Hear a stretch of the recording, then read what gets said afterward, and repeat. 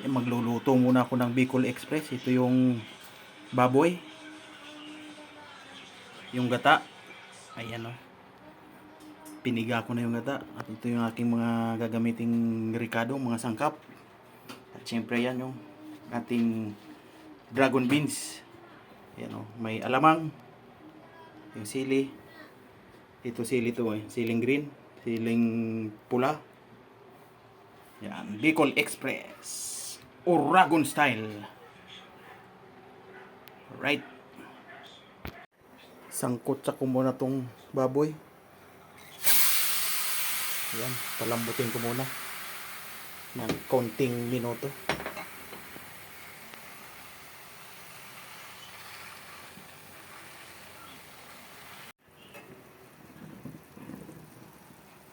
Yun. Sangkot sa muna.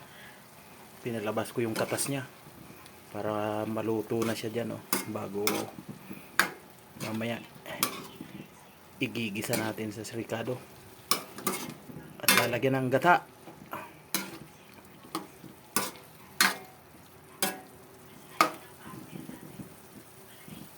Yun, nagmantika na. Tanggalin natin at igigisa natin yung ricado.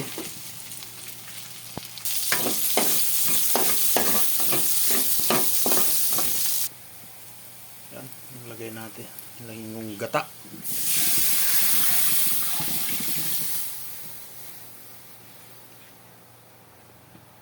Ayan, no. Pakuluin lang muna bago ilagay yung baboy. Yan yung baboy, oh. Lagay ko yung alamang. Yan. Kulo na yung gata.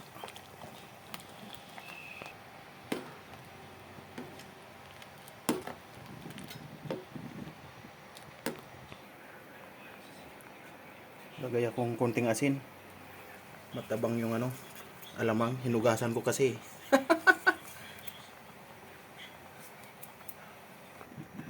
Yan, kulo-kulo na. Lalagay ko tong baboy ulit. Yan. Wow. Nagmantika.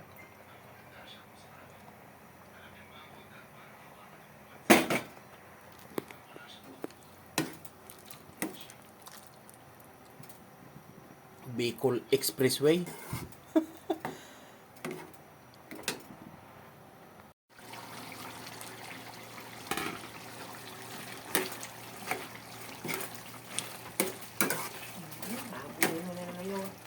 May kasamang gulay na dragon beans. Puro pagulong. Alright, yan. Malapit na. Lagay ko tong sili. Tatansyahin ko. Ayaw ng sobrang anghang. Ayaw ng anak ko sobrang anghang. Konti-konti muna. Tansyahin natin. Yan, no. Siling pula.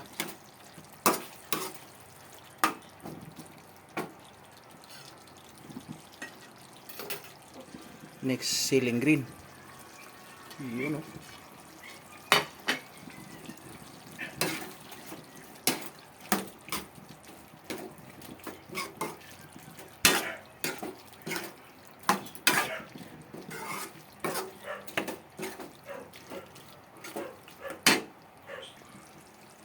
Ayan, no? Sakto lang yung anghang.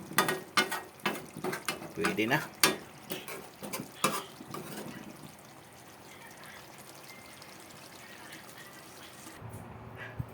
Ayan, luto na ang Bicol Express.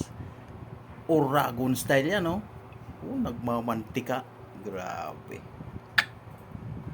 Sarap nito. May alamang yan. Oh, ate, kain na. Yummy, yummy.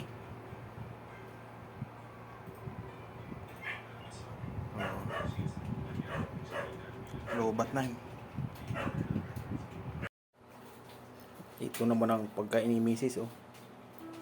Steam na salmon mackerel. Gulay.